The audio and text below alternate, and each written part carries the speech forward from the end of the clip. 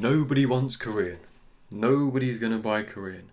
The only thing that people are interested are in English and maybe Japanese Pokemon cards. And yet, you can make money selling hundreds of Korean Pokemon cards every single month. But why? Why are people now buying Korean Pokemon cards? Because I agree. In normal times, you would not see people touching Korean. Because what's the point? If people don't want English, if people want the sets earlier, they would buy Japanese. And as far as people buying English cards are concerned, Japanese and Korean, what's the difference? They're a very similar price point normally, although in the current market obviously it isn't the case. Normally, Japanese sets are quite reasonably priced, £30 to £40, around that mark. But that now is the Korean price point, the low end price point, although Korean does go sort of as low as £20 to £30, £25 to £30. But what's going on? People think that there's just one Pokemon market. It's the English market. But we don't realise that has so many effects on all the other markets. You can get people willing to buy Korean Pokemon cards, or Thai, or Chinese, although there is some genuine difference from the Chinese Pokemon cards. Because of this trickle-down effect, English goes up. People still want to scratch that itch. They still want to buy Pokemon. So where do they turn? They turn to Japanese. Japanese go up. Where do people turn now? They look for other languages. And why not? Why shouldn't people do this? It is better for the hobby if there are all these different price points for people to enjoy Pokemon. If you want English, you see it as an investment, you are only going to touch English product. And here I'm specifically talking about ripping packs. And the distinction there is really just to separate from players. People actually realise there's a G in TCG and want to pursue it that way. Because, to be honest, if you're deck building, then you're either buying the products which are catered specifically towards that, or you're buying single cards to fill out the deck. Ripping packs is not a direction that I think deck builders should go in. Maybe I'm wrong. I've never really built a Pokemon deck. I've only done in other TCGs, and then singles or ready-made decks, or combination of both, was the preferred choice. And obviously, you can always pull something to go in, just you're not going to pull 4 of that card to go in. So the distinction being between people who rip packs, having different price points is better. Because maybe you just want your kids to rip packs, and they don't want to just rip one pack every week, they want to rip 20 or 30. And it's something that you enjoyed when you were a child, ripping a load of packs, so why not now? So Korean, or Japanese under normal circumstances, provides a great option. Whereas English is a bit, you really want to do £150 on a booster box? Just for weekend enjoyment?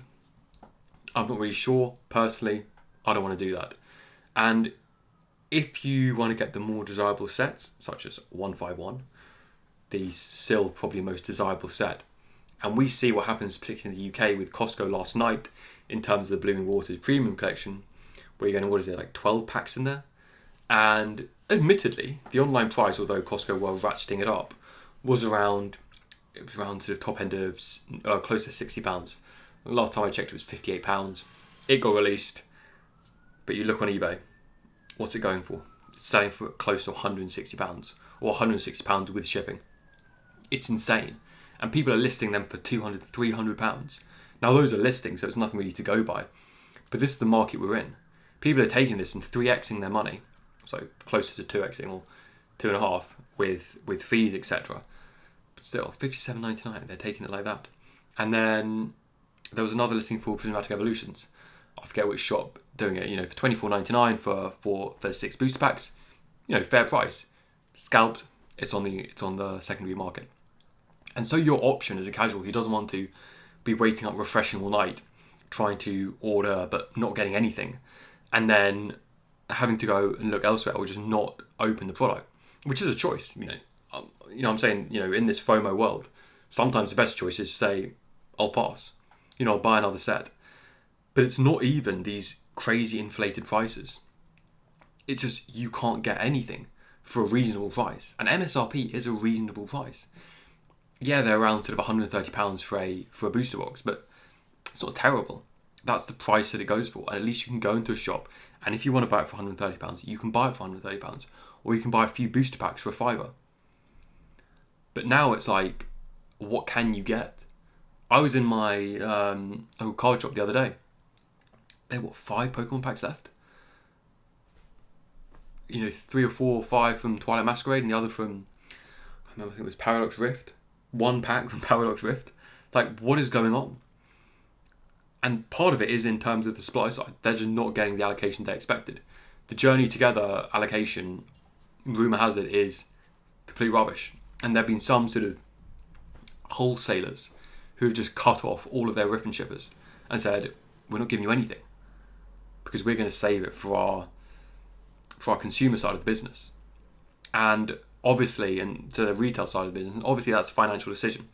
And fair enough, I don't really turn away any businesses if anyone wants to come B2B and buy for their ripping to sell somewhere else. That's fine. I like to think I offer competitive prices for that, and if you want to message me and talk about bulk discounts, then I'm perfectly happy to do that as well. But we see these big distributors, these big wholesalers, Obsidia, just cutting out everything. They're not going to supply to you. And Bliss, Asmodee, they're just not interested in new people, especially not new online stores, because this is the market we're in, and it's not even a matter of fact of supply, of pricing. In normal terms, you'd say, oh yeah, £130 is just too much, so I'm going to buy Japanese for 30 or 40. Yeah, there's half as many cards in each pack, but at least I can get it for a reasonable price. It's just, what can you get? You go out to the shops, what is there? Where is this choice in terms of what you want to buy if you want to open some Pokemon packs? Some variety. So even for people who want variety in this current market, you have to look at Japanese, you have to look at Korean. Because Japanese is just strong in terms of supply. That they will always have it. And at the top end, these Terrestrial Festivals, 151s, Eevee Heroes even, you're better off buying them in Korean. Because the prices in Japanese are just insane. And what's crazy is how desired Battle Partners and Journey Together is. It's not a great set. The cards in it aren't amazing. Prismatic Evolutions is a solid set. Eevee was always going to be a winner. All the Eeveelutions, the arts of them, always going to be a winner. Basically anything with an amazing Umbreon, it's up there. And then this Team Rocket set with some more of the trainer cards. Yeah, great. But Battle Partners, it's like, what is this? Or why is it doing in the pre-order sometimes better? Or why is it doing in the pre-orders better than Terrestrial Festival? Because of the hype. There is no good reason why Battle Partners should be doing better than Terrestrial Festival in the Japanese market. It makes no sense. And even in the Korean market, it makes no sense. But this is why people are being forced out, because of this crazy, crazy hype that we're in. And hopefully it'll die down. Hopefully it will cool off. But from the investing side of things, if that's what you want to do, if that's where you want to park your money, fair enough. But Battle Partners is not the one. There are some sets which you could invest in, and looking long term, you do have to be selective. Because I think people are getting into the mentality at the moment that any set is a winner. But it's not true. Any set in the minute is a winner in this climate. But if you're going to hold for 5-10 years, not every set's a winner. And what I mean by not every set's a winner is it might go up in price. But how long are you going to have to park your money in there? So when you're picking sets, you're looking for, am I going to get a 50, 100%, 200% return on this? And that's where you want to park your money, which is the best room for growth. So that would be your Surging Sparks, your Prismatic Evolutions, the ones that have genuine collectability. Not just ones like Battle Partners, which is hyped up, and so it's a high price. There's no inherent reason why it should be. So if you're going long term, be selective. But yeah, there's a market for Korean. And you might wonder why. I had hundreds of comments on Facebook saying there is no market for Korean. There's a pump and dump going on, trying to get rid of all the Korean supply. The most hardest part is staying in stock, especially at the moment with Korean. It's got such a struggle with supply in Korea at the moment that they're only really focusing on the latest sets, so Battle Partners and Terrestrial Festival. With Japanese is probably the easiest one to get supply of. It's just always there. Japan is never out of stock because they just know how to print it. Much better than English. And we've heard these rumoured reprints coming out of America. Will it do anything? I have no idea. It's not going to be, when the reprint is announced, not an instantaneous improvement in terms of the current price or current supply. It's going to take time coming down the line. So you've just got to wait for it, see what happens. And hopefully There will be reprints. Personally, I don't think it's going to make a dent in the market. In terms of America and in the UK, who knows what's going to happen with reprints. All we know in the UK is that supply is terrible. Game stores are not going to survive without any Pokemon. Rip and Chippers is looking sketchy for them as well. If they're only doing English, you need to diversify. Japanese, Korean, other card games as well.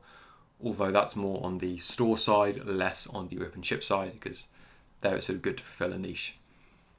Let me know what you think in the comments below. If you want to buy any Pokemon, Korean or Japanese, links in the description at the Chase Club, www.thechase.club. Thank you very much for watching. I'll see you in the next one.